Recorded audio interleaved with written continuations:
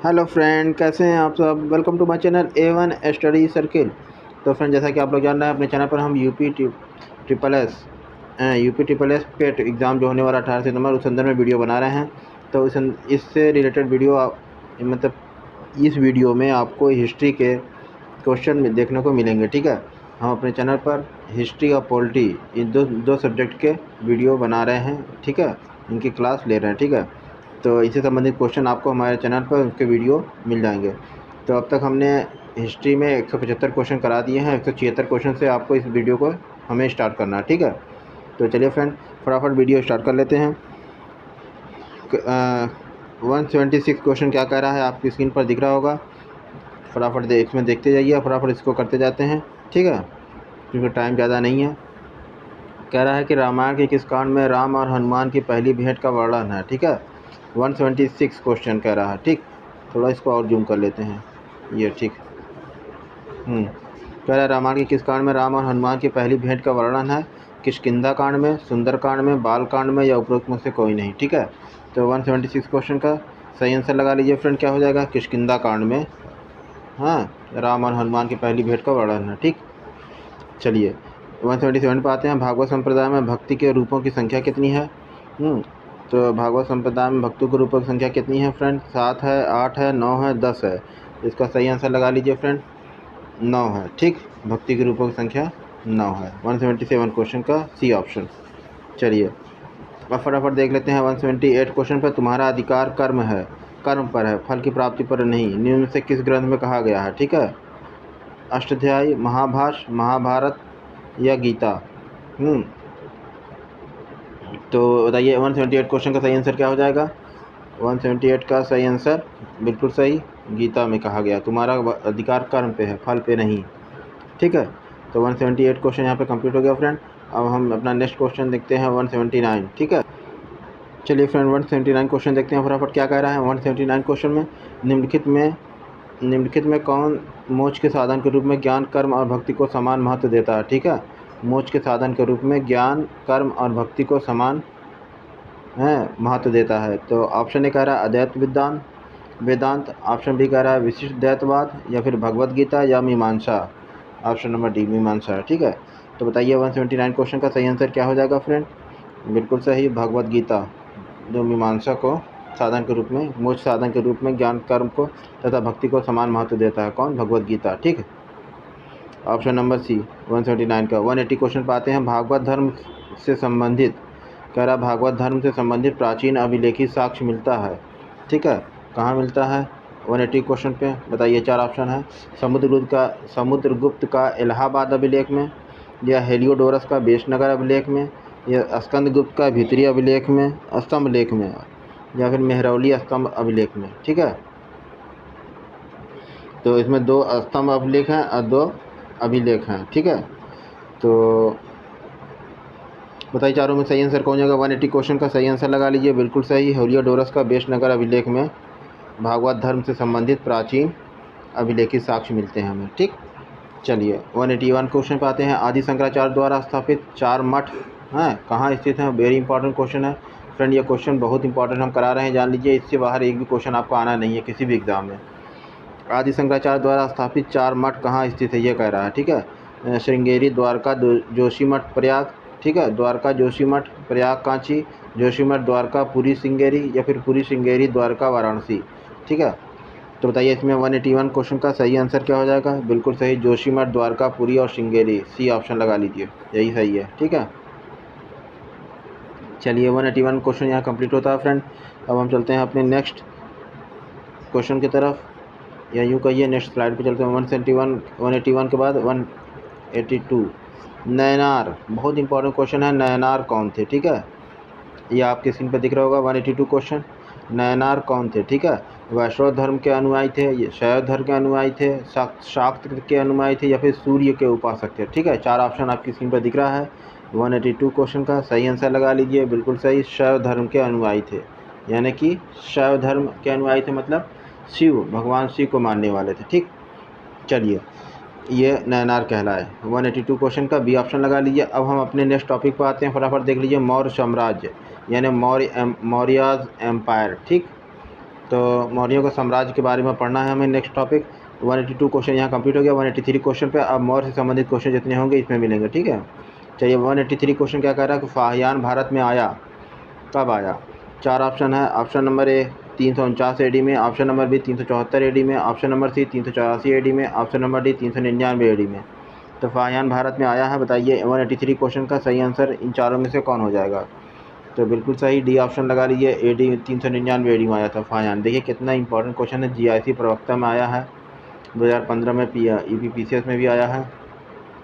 बहुत important question है friend. ये सब क्वेश्चन मोस्ट क्या कहते हैं फेवरेट क्वेश्चन है, ठीक है, आयोग के पूछे जाने वाले। चलिए निम्नलिखित में से किस राजा के एक अभिलेख से सूचना मिलती है कि शाक्य मुनि बुद्ध का जन्म लुम्बिनी में हुआ था, ठीक है। ऑप्शन ए अशोक ने, ऑप्शन बी कनिष्क, सी कह रहा है हर्ष में, और डी कह रहा है धर्मपाल। तो बताइए किस राजा के एक अभिलेख से सूचना मिलती है कि शाक्य मुनि बुद्ध का जन्म लुम्बिनी में हुआ था, किस राजा। तो ये 4 राजा हैं, अशोक, कनिष्क, हर्ष और धर्मपाल। तो बताइए इनमें से किस राजा का अभिलेख। 184 क्वेश्चन का सही आंसर क्या हो जाएगा, बिल्कुल सही, अशोक के अभिलेख से सूचना मिलती है कि शाक्य मुनि बुद्ध का जन्म लुम्बिनी में हुआ था। अब ऑप्शन नंबर ए लगा लीजिए। फट से चलते हैं अब 84 के बाद 85 क्वेश्चन पे फटाफट देख लीजिए। ब्राह्मी लिपि को सर्वप्रथम किसने पढ़ा था, ए कनिंघम ने, AH दानी ने, ब्यूलर ने या जेम्स प्रिंसेप ने। तो बिल्कुल सही आपका एकदम आंसर है, जेम्स प्रिंसेप ने पढ़ा था ब्राह्मी लिपि को, ठीक है। 185 क्वेश्चन का डी ऑप्शन। चलिए 186 पे आ जाते हैं, फटाफट देख लीजिए 186 क्वेश्चन क्या कह रहा है फ्रेंड। अशोक ने कलिंग को मौर्य साम्राज्य में जोड़ लिया था, ठीक। और कारण दिया है कि कलिंग दक्षिण भारत को आने वाले स्थलीय एवं समुद्री मार्गों को नियंत्रित करता था, बिल्कुल सही। ए और आर दोनों सही है, आर ए के सही स्पष्टीकरण, ए और आर दोनों सही है, आर ए का सही स्पष्टीकरण नहीं है। ए सही है, आर गलत है, ए गलत है, आर सही है। 4 ऑप्शन आपको दिख गया। बताइए 186 क्वेश्चन का 186 क्वेश्चन का सही आंसर क्या हो जाएगा। यानी दोनों सही भी हैं और इसकी व्याख्या भी हो रही है, क्यों, सही स्पष्टीकरण। सॉरी फैन, थोड़ी तबीयत सही नहीं चल रही। 186 क्वेश्चन का सी ऑप्शन सही होगा, ठीक है। देखिए क्योंकि अशोक ने कलिंग को इसीलिए युद्ध भी किया था, कलिंग से युद्ध इसीलिए छेड़ा था क्योंकि मौर्य साम्राज्य को अपना विस्तार करने के लिए, और इसके पहले उसके पिता जो बिंदुसार थे या उदयन थे, ये लोग क्या नाम से नहीं जीत पाए थे, ठीक है। तो अशोक ने ये सोचा कि हमें इसको जीतना है, जो हमारे पूर्वज नहीं कर जीत पाए, इसको हमें जीतना है, कलिंग को, जो कि वर्तमान में उसे उड़ीसा बोलते हैं। उड़ीसा राज्य को उस ज़माने में उस समय में कलिंग के राज्य के नाम से जाना जाता था, ठीक है।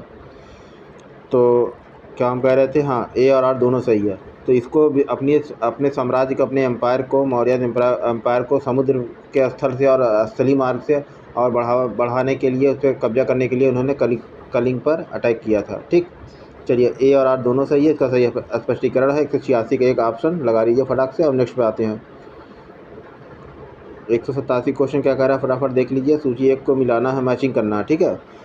तो इसमें देखिए एक सूची में दिया है राजाओं का नाम, ठीक है, चंद्रगुप्त, बिंदुसार, अशोक, चाणक्य, इन लोग का नाम, और इनको किस नाम से उनको कोई उपनाम दिया गया था, ठीक है, जो उनका कॉलिंग नेम उनसे संबोधित किया जाता था, ठीक है।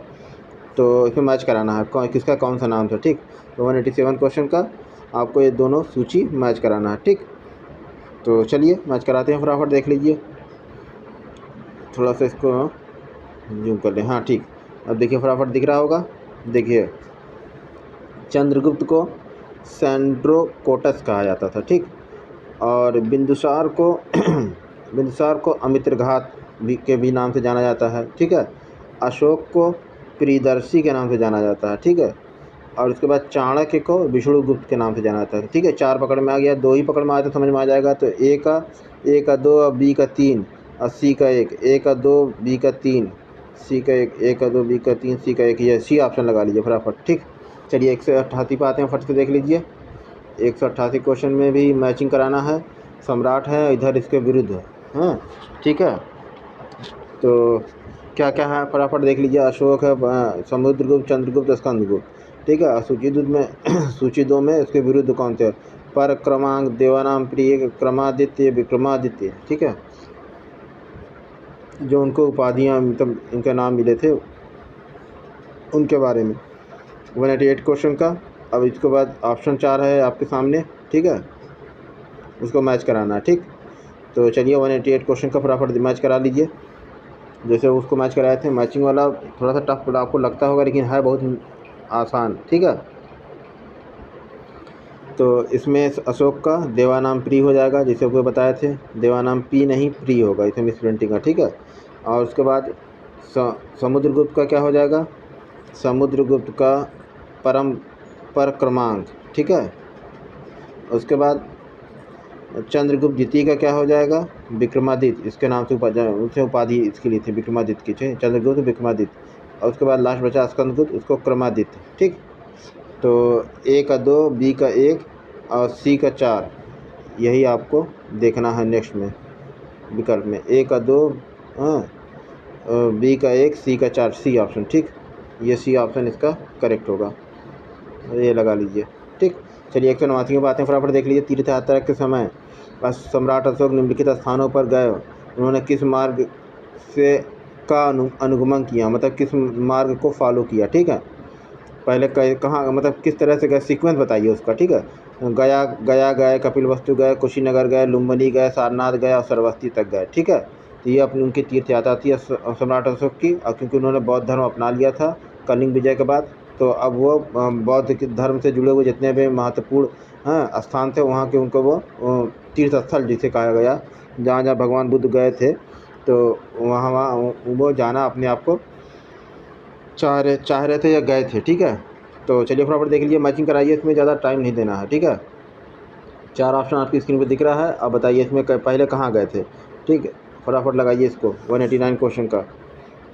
ठीक, तो सबसे पहले गया गए, गया के बाद फिर वो कुशीनगर गए, और कुशीनगर के बाद वो कुशीनगर गया कुशीनगर है, और उसके बाद कुशीनगर के बाद फिर ये लुम्बिनी गए। ठीक है, गया से कुशीनगर, कुशीनगर से लुम्बिनी, और लुम्बिनी से फिर वो कपिलवस्तु गए। ठीक है, और फिर कपिलवस्तु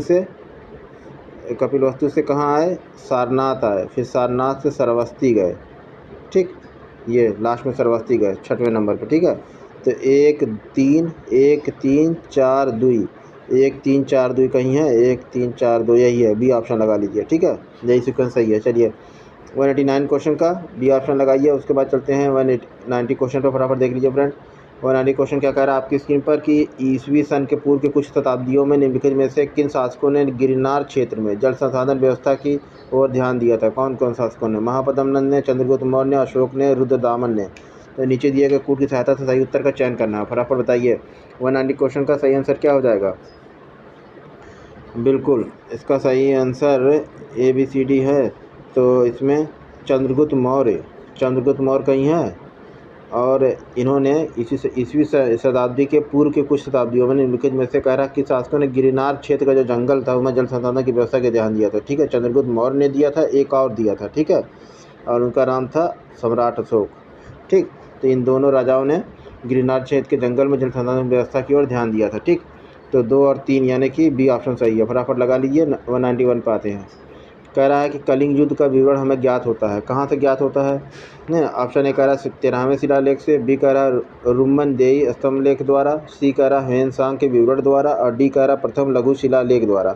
तो कलिंग युद्ध का विवरण हमें कहाँ से प्राप्त होता है। ठीक है, 191 क्वेश्चन का सही आंसर लगा लीजिए, बिल्कुल सही, 13वें शिलालेख के द्वारा, ये ऑप्शन सही है। ठीक है, चलिए 192 पे आते हैं।